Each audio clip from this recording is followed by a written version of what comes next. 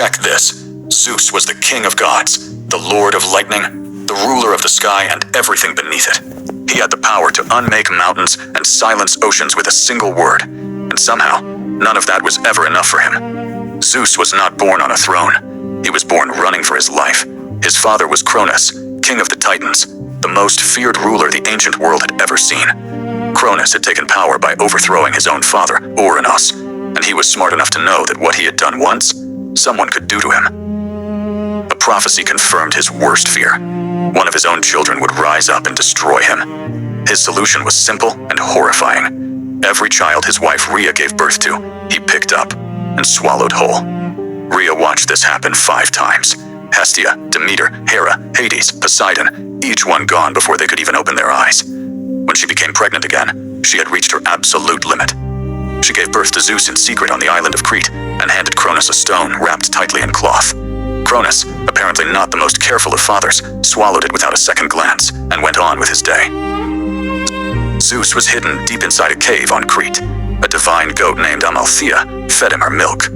The Curetes, warrior guardians, clashed their shields together whenever the infant cried, so Cronus would never hear a sound.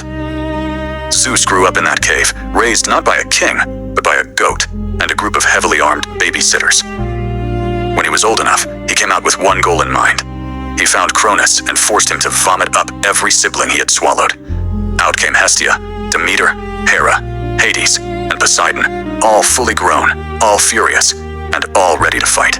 What followed was a 10-year war called the Titanomachy. Zeus freed the Cyclopes from their imprisonment, and they gave him his signature weapon, the Thunderbolt. He freed the 100-handed ones, giants with 50 heads and 100 arms each, who hurled entire mountains at the Titans like they were throwing pebbles. The earth split, the seas boiled, the sky cracked open. When it was finally over, the Titans were thrown into Tartarus, the deepest pit in the underworld, and the world was divided among the brothers. Poseidon took the seas, Hades took the underworld, Zeus took the sky, and became king of all of it. Now here is where the story gets interesting. Zeus was a god with unlimited power, an unshakable throne, and a queen named Hera, who was both beautiful and terrifying. What did he do with all of that? He spent a significant portion of eternity chasing after every woman who caught his attention, mortal or divine, and producing children at a rate that made the rest of Olympus raise their eyebrows. But there was actually a reason behind it, and it was not purely recklessness. Zeus understood something the other gods did not always think about. The world needed more than divine power sitting on a mountain. It needed heroes capable of bridging the gap between gods and men. It needed rulers who carried divine blood in their veins. It needed figures large enough to hold civilizations together. So he moved through the ancient world with very specific intention, even if his methods left a great deal to be desired. His first wife was Métis, the goddess of wisdom. A prophecy told him that any son born from Métis would grow powerful enough to overthrow him, exactly the way he had overthrown Cronus. He swallowed Métis before the child could arrive, which he clearly thought solved the problem. It did not. Métis was already pregnant. She gave birth inside him, and sometime later, Zeus developed the worst headache in the history of the universe. Hephaestus cracked his skull open with a hammer and outstepped Athena, fully grown, fully armored, and carrying a spear. Zeus stared at his daughter, who had just been born, through his forehead, and somehow kept his composure. He moved on.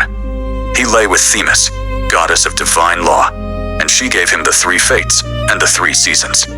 He spent 9 consecutive nights with Mnemosyne, goddess of memory, and she gave him the 9 muses, the divine beings behind every art, every science, and every story ever told. He was not simply satisfying desire. He was filling the world with the forces it needed to function. Then came the mortals, and this is where Hera started paying very close attention. Alcmene was a human woman known for her intelligence and her unshakable moral character. Zeus came to her, disguised as her husband Amphitryon, and stayed for a night he stretched to 3 times its natural length. The son born from that night was Heracles, the greatest hero the ancient world would ever see, a man who strangled serpents in his cradle, completed 12 impossible labors, and eventually took his place among the gods. Zeus had produced him deliberately. The gods knew a war against the giants was coming, a battle that could not be won without a mortal warrior fighting alongside them. Semele was a princess of Thebes who caught Zeus's eye, and he pursued her openly.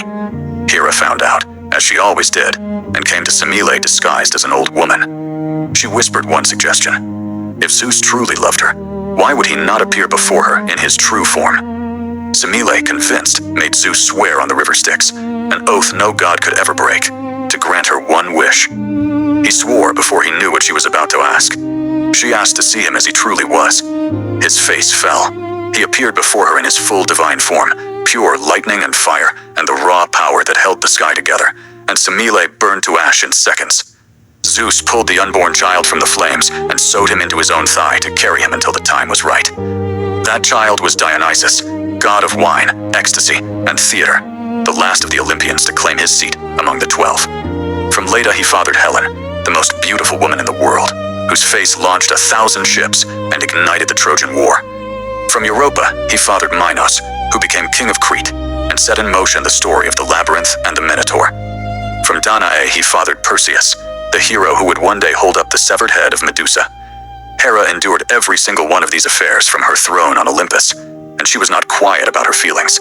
She could not attack Zeus directly, so she went after everything connected to him.